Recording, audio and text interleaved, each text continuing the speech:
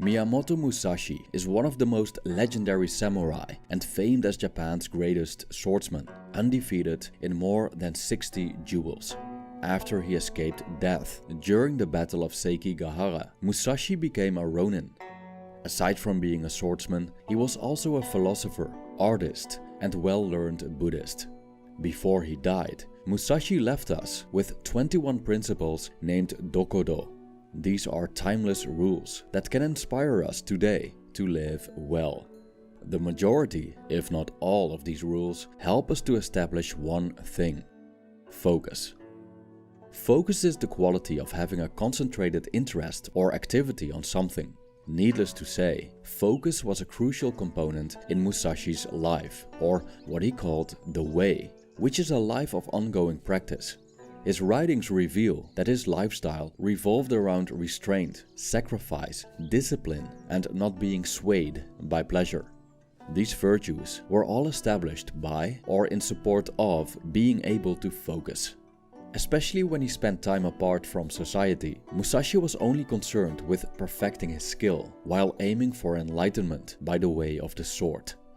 This three-part series elaborates on the 21 principles from Musashi's Dokodo. The first part explored the first 7 principles. This second part will explore how to live a life of ultimate focus based on the next 7 principles. Please note, the elaborations in this video are based on existing philosophies, the author's interpretations and reasoning, and are intended to be an inspiration for present-day life.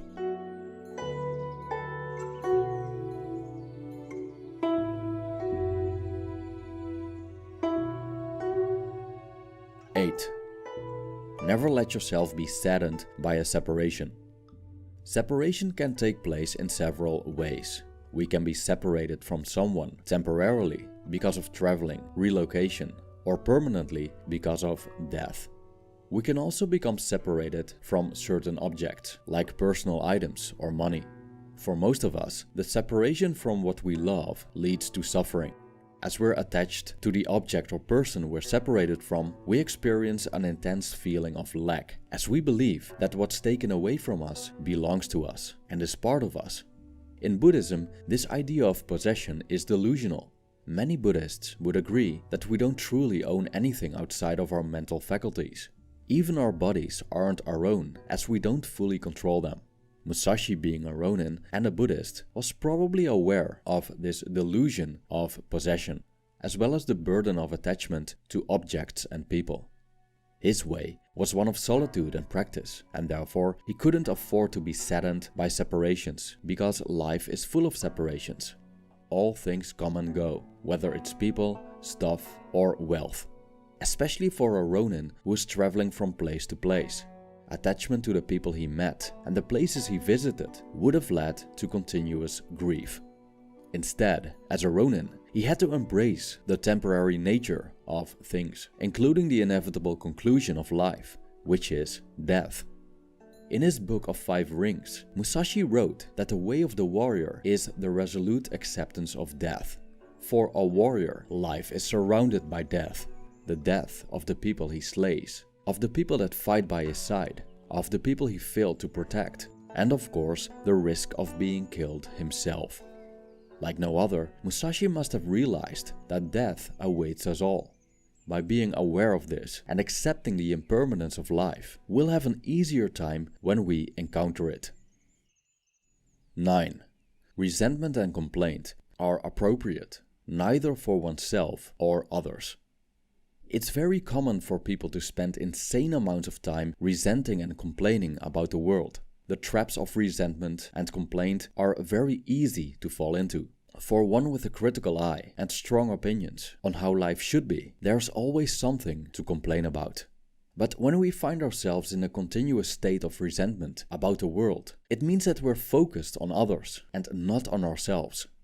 For someone who is dedicated to a life of ongoing practice, spending time resenting and complaining about the world or one's own life is detrimental. The world is beyond our control. People will act in ways that don't comply with our ethics and values all the time. People will behave foolishly, rudely, ungratefully. People will dislike us. try to interfere with our lives, treat us unjustly, try to take advantage of us. Furthermore, life isn't fair. We don't get equal shares of the pie. We aren't equally gifted, equally handsome, equally healthy. Trying to change this is a sincere ideal created by the human mind, but it's almost impossible to achieve, as we'll find nature working against us all the time. From a Buddhist point of view, we shouldn't spend too much time trying to change the world, and we should especially refrain from resenting what is. Instead, it's much wiser to focus on ourselves, live the best life we can, while being accepting of those who don't. Or as Stoic philosopher Marcus Aurelius put it, be tolerant with others and strict with yourself. 10. Don't let yourself be guided by the feeling of lust or love. In a previous video, I've explored the different types of love, with selfless love, called agape by the ancient Greeks, on one end, and selfish love, called eros, on the other end. Musashi seems to point to eros in this case, which is a form of love motivated by lustful desire, also known among Buddhists as romantic love. In many of today's cultures, we see that romantic love is elevated to the status of ultimate concern. This human experience is almost seen as divine and thus worthy of our pursuit and sacrifice. Musashi clearly wouldn't have endorsed the way we treat romantic love today. This probably wasn't just because lust and love are so distracting and would have been harmful to his progress as a swordsman, but also because he was a Buddhist, and Buddhists don't buy this sacralization of romantic love. In fact, they are aware of the dangers of being guided by it. Like any other feeling, love and lust can overcome us, but we have the choice whether or not we engage with these feelings. Instead of letting ourselves be blindly guided by romance, it would be wiser not to forsake our ability to think rationally, so we stay grounded and focused on our path. People tend to make very unwise decisions while enchanted by lust and love. From choices that affect their work or violate personal boundaries, to violence and even murder. 11. In all things have no preferences. The problem with preferences is that we create a dependency when it comes to the state of the outside world. When we come across something that we prefer, we're happy. But when we incur something that we don't prefer or even dislike, we're disappointed. As we don't have anything to say about what the environment presents to us, by having preferences, we'll give outside circumstances the power over our mood. Our equanimity will depend on whether or not the circumstances are preferable. This is kind of an inferior way to go about life. Musashi encountered many different people, objects and situations, but had to keep a tranquil mind so he wouldn't stray from his path. Strong preferences would have been harmful to his practice. So it's wise to keep our preferences in check and instead embrace whatever fate overcomes us and make the best out of it. This way, we can never go wrong, and thus the quality of our focus remains independent of the result. 12. Be indifferent to where you live. As a ronin, Musashi wandered over Japan, staying in many different places, from castles to caves. But regardless of where he lived, his way remained the center of his life. People nowadays put great emphasis on their living environment. They care a lot about their homes, the neighborhood they live in, the kind of furniture they possess. But when we're too attached to having certain living conditions, we'll get anxious when these conditions are threatened. When our living situation is truly unsafe, it's of course no luxury to abandon that place. But oftentimes, it's simple dissatisfaction with current circumstances that makes people look for another home. Some people are quickly bored and unhappy with their current home and believe that moving will take away this dissatisfaction. Unfortunately, the sense of fulfillment that follows after moving into a new place is only temporary, because wherever we go, we always take ourselves with us. Satisfaction and dissatisfaction happen within, not outside. At the end of the day, it doesn't matter where we live if we're content with ourselves. By being content with our homes, no matter how simple and small, we'll have one less thing to worry about. and are more likely to stay focused on our purpose. 13. Do not pursue the taste of good food. Many, if not most people, indulge in the pleasure of the tongue by enjoying a good meal. Some spend long evenings wining and dining, consuming drink after drink and course after course. But foodies, beware. This behavior has its downsides. Miyamoto Musashi discourages the pursuit of good food. His exact reasons for this aren't known, but when we look at what other philosophers had to say about this, we might get an idea.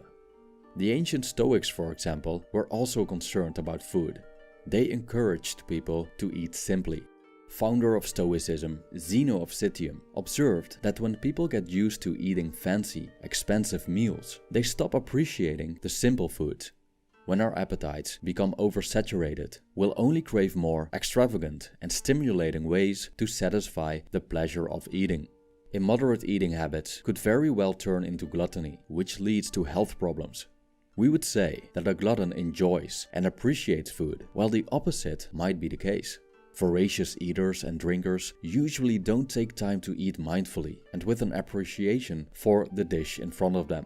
Instead, they compulsively consume as much as possible to be temporarily relieved from the pain of food cravings. What we could do instead is eat mindfully and in limited amounts and train ourselves to not give in to cravings. By doing so, we'll be less attached to taste and our cravings for food will weaken, so we're less likely to overeat. At the end of the day, the purpose of eating is nutrition, as we need fuel to live and thrive. 14. Do not hold on to possessions you no longer need. It seems like Musashi already knew the benefits of a minimalist lifestyle. His life as a ronin didn't lend itself to having possessions. Traveling Japan, staying in different places, fighting duels, perfecting his skill, possessions would only have been a burden. Besides his 2 swords, he only needed the basics to survive and practice. Some people tend to collect possessions as if the accumulation of material goods increases their happiness. This could be the case for a while, but mostly it only creates a hunger for more. Eventually, the more we own, the more weight we carry on our shoulders, until we become servants of our possessions instead of the other way around. Clinging to our belongings as well as the pursuit for more creates anxiety, the fear of losing what we have and the fear of not getting what we want. But when we have a higher purpose and are able to achieve higher levels of happiness, there's no point in chasing all these material possessions anymore. In Buddhism, when one finds contentment in stillness, without needing entertainment like television or music, chasing possessions doesn't make much sense. What it all comes down to is the ability to travel light, like a ronin, so we can focus on what matters. Thank you for watching.